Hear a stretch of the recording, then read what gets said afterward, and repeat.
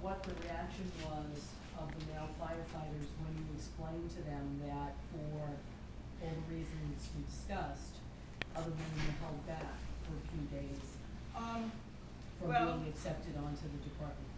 They understood for the most part, mainly because after a month they got to know me. They saw that I was working really hard, that I was trying to do what I should have done, that I was a probie. I washed the dishes, I cleaned the engine, I peeled the potatoes, I tried to learn as much as I could. I asked a million questions.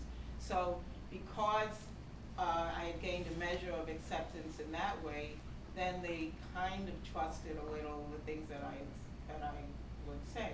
And it was bumping heads all the time, and I was in an engine company, which, do you know the difference? Tell us. Okay. Well, it's a test. An engine company is the apparatus that goes down the street and has all of the hose on it. The ladder company are the ones with the cherry picker, the bucket, the tower ladder, or the aerial ladder. And although you learn all of the responsibilities for both positions while you're in the fire academy, when you come out, you're usually assigned to an engine company. And the reason being that the engine company is the one that goes in with the hose and like a herd of elephants, you know, holding onto the hose, and you follow each other. You go to the room where the fire is and you put the fire out. Whereas a truck company, they go in and they do search and rescue. They break down the doors and they fan throughout the building. They go up to the roof and they come down and they look for the victims. So consequently, on Medal Day, these guys and Lois with a chest full of medals, because the truck company really does do rescue. Now, when I went into the fire department in 1982, one of the ways that they decided that you would be in a truck was if you were tall. And it definitely helped to be tall in order to climb up fire escapes, get over backyard fences, etc. It usually helps to be tall to do anything. So whenever I got assigned to a truck company, you know, I spent the whole time looking up because these guys were 6 feet and more. So that's the difference between the two apparatus, engine and the truck. Okay. Now, I was in an engine company. It was 5 members, and it was a single company, so I only really had to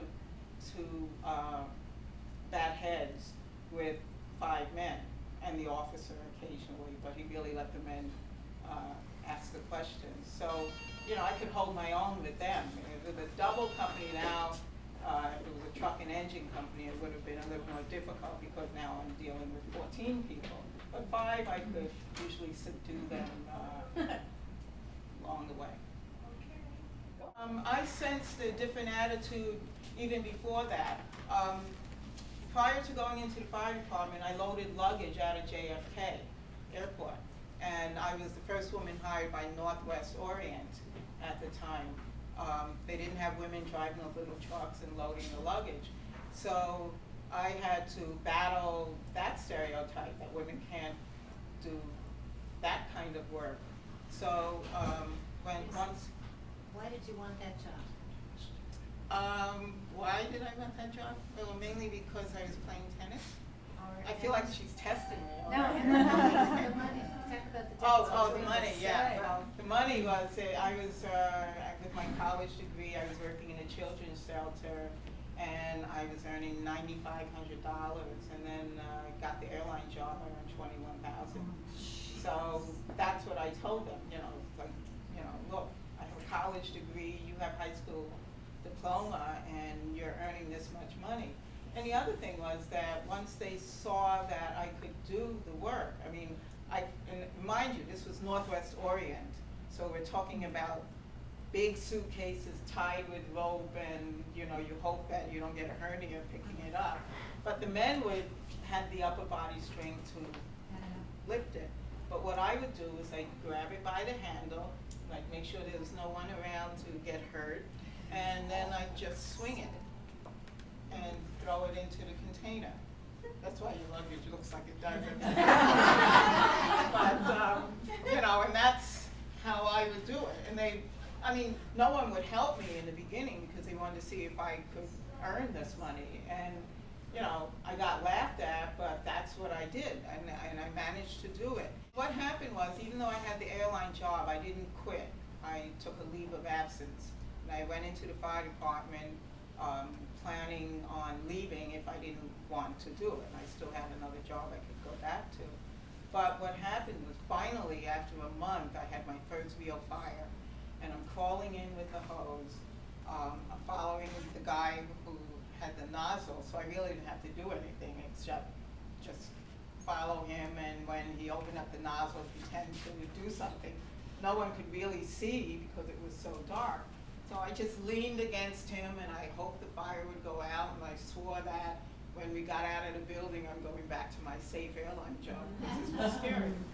But once we got out of the building, there was an obvious difference. They expected me, I guess, to go run screaming out of.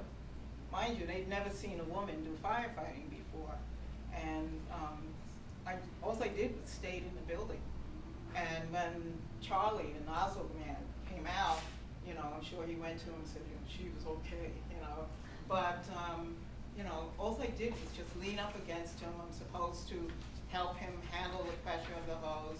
And that's all I did, and the whole time I'm swearing to myself, I'm going back to the airlines. But the difference, it was palatable.